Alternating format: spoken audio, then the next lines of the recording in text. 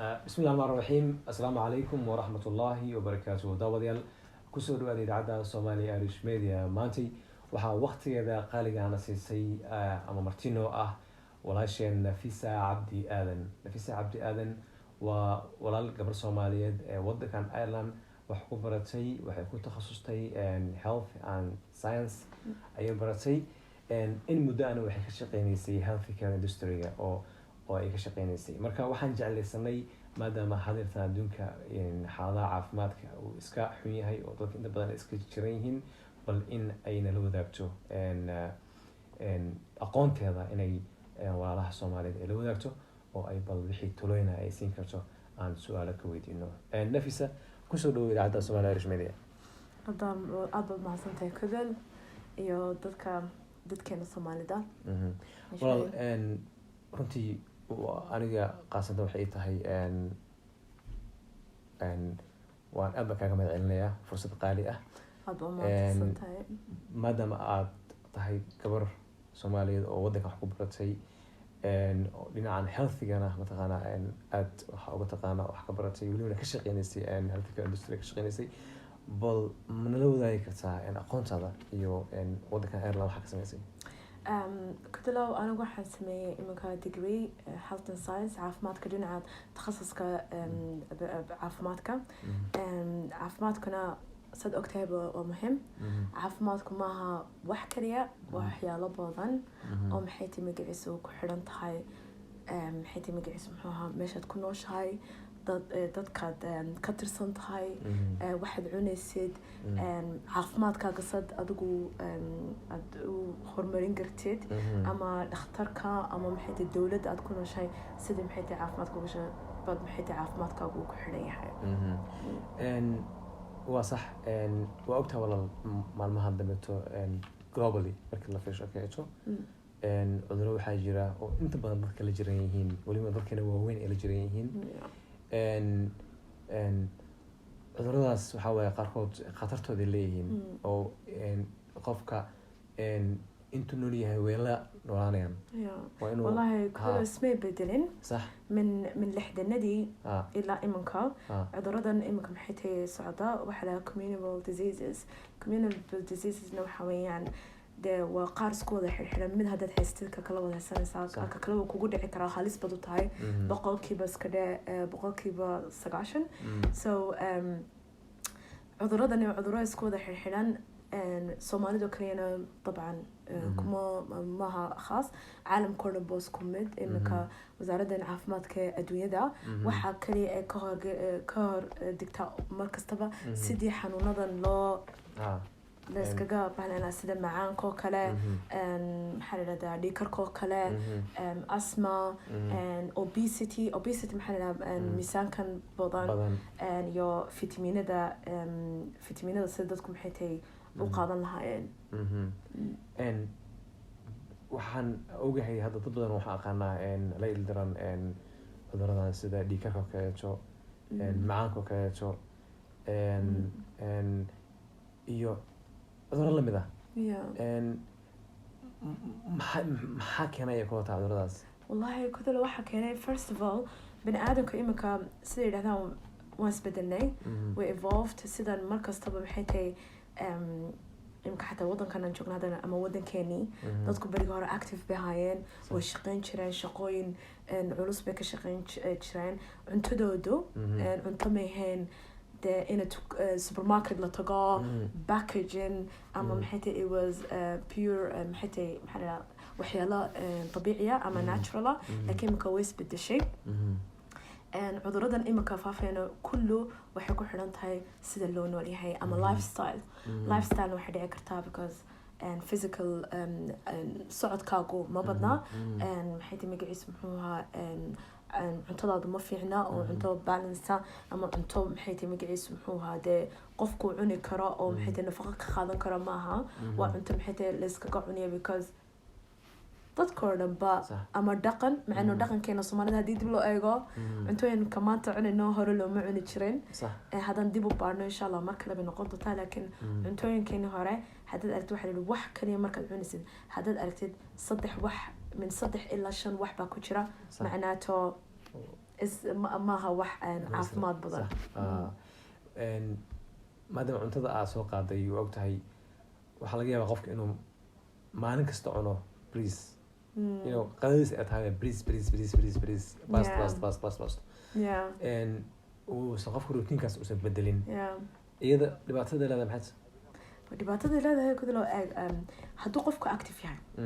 hadduu qofku sport ciyaaro hadduu qofku shaqo culus u qabto already markaad cunaysid sida briiska baasada waxyaalahan oo dhan waa complex carb la yidhahdaa complex carb okay imika briisku wuxuu galay complex yani carbkan maxay tahay yani processka because waxaa la siiyaa dawaayin si markiiba ay usoo baxaan baasadana waad garanaysaa bade waa daqiiq iyo ukun iyo waa process iyo dawaan iyo waxbaa lagu dardaraa sida dee in dheer u taalo dukaanka oo easy u tahay marka like cuntooyinkani maxay tahay ma xuma okay laakiin waxay ku xidhan tahay cuntadaad qaadanaysid iyo si jirkaaga uga baxayso marka haddii la fadhiyo imika la isbedelay guri baa la fadhiyaa adiga arkay gaari baa la wada wataa socodka waa la diidiyaa socodkuna waa caafimaad socodka marka socotay dhiigaagu dhaqaaqaya maxay tahay energygaagu maxay tahay waad dhididaysaa yani halis ma noqonaysa cuduradan dee imika socda sida diabetes blood pressure cholesterol sokorta hadda dad badan waxaa jira aan aniga aqaanaba waxaa waaye kofeygooda ama shaahooda waxaa waaye 5 iyo 6 kama yarayaan qaado sokor ah iyada laftigeeda waxaa u maanay halis bay leedahay kudalow horta marka la eego sokorta inaku waxaan sokor u naqaano waxyaalo badan oo sokora oo inaku aynan u aqoonin sokor baa jira sida briiska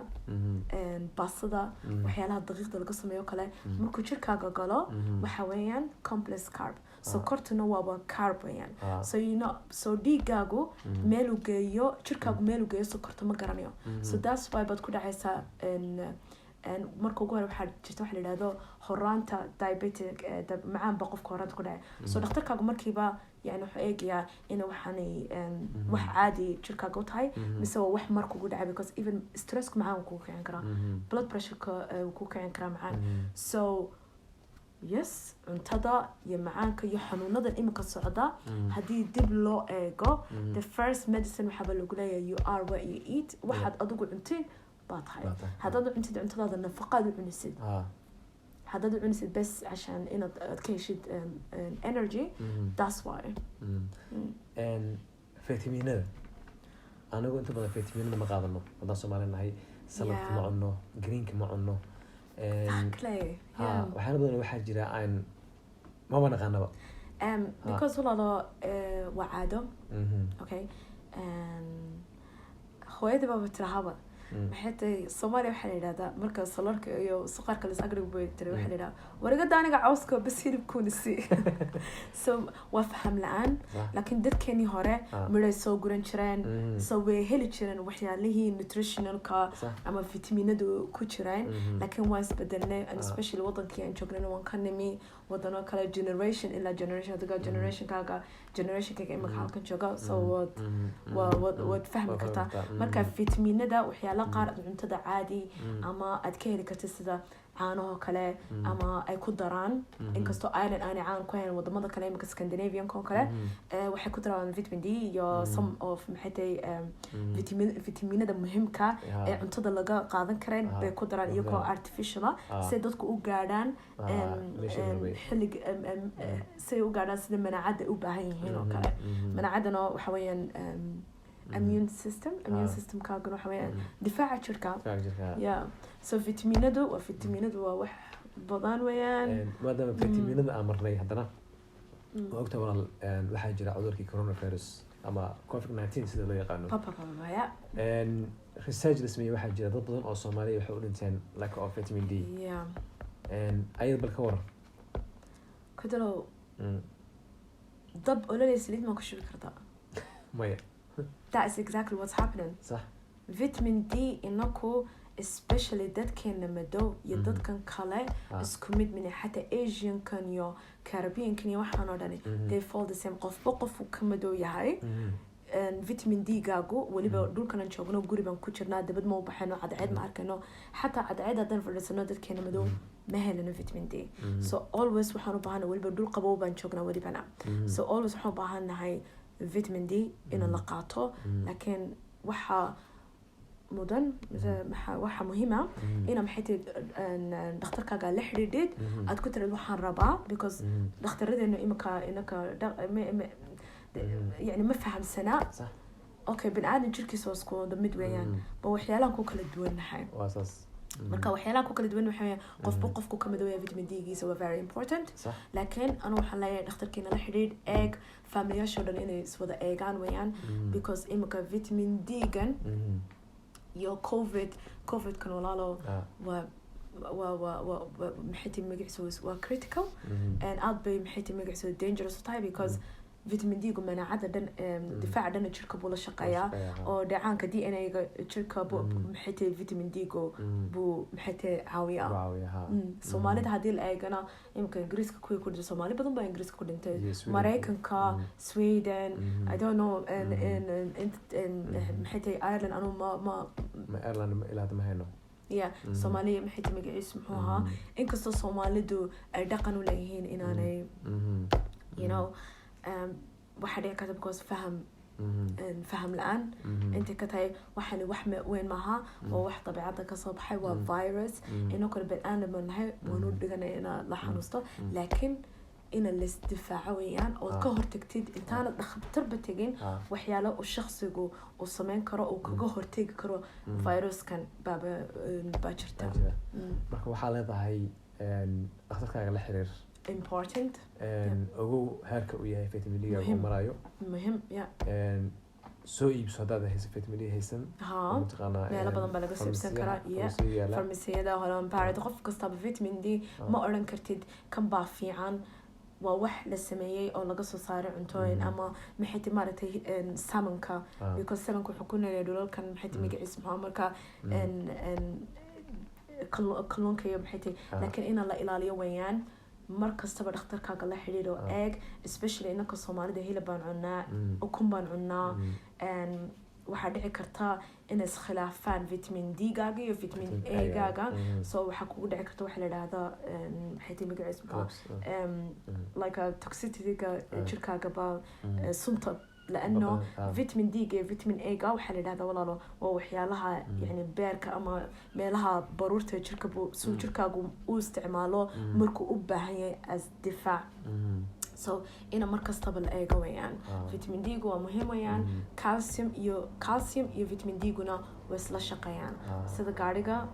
يو بتروكا so إنا اللي سكوا قويان especially Somali ده إننا ممكن حكوا صباح لي دول كنا نشوفنا is like ودول محيتي قبو عاد عيد ما أركينا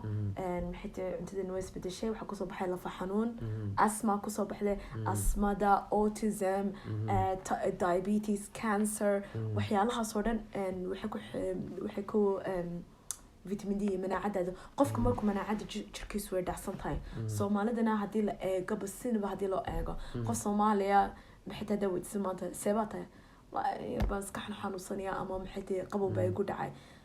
هذي لقى تحضره محيتي مجا اسمه حنا قناة شانسكو عاد بيراني إنه كوجو دعاء وحنا كورونا فيروس كانوا ولا سكد دفاعي كرا محيتي ولا دلالي كرا إنتانت دكتور تجين بكل جاب الدلالي كرتا لكن هو مهم ويان مركز تبين الدكتور كاجل سعد سيسيد نفسه وذنبنتي مركا وحياة بدنا وحاجرة أباهن إن له وعي قليو umadeena qaasatan Soomaalida ma laga yaabaa in waqti kale siisid oo barnaamijyo noocan aad baan siinaya because halkee taaban lahayd marka dhinacyo taaban lahayd walaal waxaan taaban lahayd imika mental health waxa weyn caafimaadka maskaxda iyo maxay tahay magaciisa waxaan taaban lahaa macaanka oo kale waxaan taaban lahaa cuntada waxyaalaha because laana waxaan fahamsanahay kudlow walaal ina maxay tahay magaciisa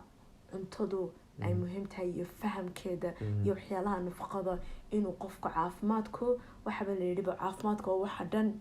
qofka u muhiima hurdadaada maxay tahay magaciis inaad xanuun la-aan maskaxdaada oo maxay tahay aana dareemeyn low mood inaad dismoral tahay maxay tahay waxay ku xidhan tahay cuntadaada bay ku xidhan tahay ciyaalkeena is very important maxay tahay tacliinta dhinaca ciyaalkeena maxay tahay imika marka la eego dhexdhexaad marka ciyaal aanay weli ciyaalna gaadhin aanay teenager nahayn between 11 12 13 14 like maxay tahay waxyaalo badan baa ciyaalka because way isbedelayaan hormoon wax kasta isbedelaya so waxyaalahaas kale baan doon lahayn taabo dumarka ragga maxay tahay caafimaadku waa qof kastaba businesskiisa weeyaan because bila caafimaad ma wixii aad u baahneed as a bani aadan inaad qabatid ma qaban kartid walaaba shaqeyn kartaa walaa cilaaqad baad maxay tahay familygaaga baad maxay tahay magaciismo iminka maanta hadduu madaxa ku xanuunaysa baad dareemaysaa ma kici kartid inta ma doonaysid hadal ma maqli kartid nafisa aadan walaal waqtigaaga qaaliga aadna kaaga mahad celinaya interviewga wuxuu ahaa interview aan runtii chance u helay aniga khaasatan meelo kala fog baan kala degannahay balse waxaan rajeynayaa insha allahu tacaala inaan walaasheen aan waqti kale u helno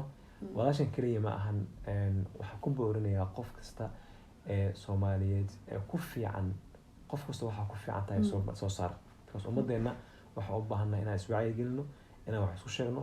inaan dadka u faa'iideyno dad badan waxaa jira aqoon leh sidaa kaleeto guryaha la fadhiya marka kulli waa la isku baahan yahay marka waqtigiina qaaliga gacan kaliya noqono isku dubnaano waqtigiina qaaliga ah iyo daawashadiina aad baan kaga mahad celinaya waa anigoo ah walaalkan Kudul Muuse Kudul aad baa mahadsan tahay aad iyo aad baan kaaga mahad celinayaa sidaad kulligeenba aad noo wacyigelisid iyo kulligeenba aad noogu sheegtid waxaa la dhahaa say u socdaan marka aad baa mahadsan tahay walaashay waa mahadsan tahay asalaamu calaykum waraxmatullaahi tacaala wabarakaatu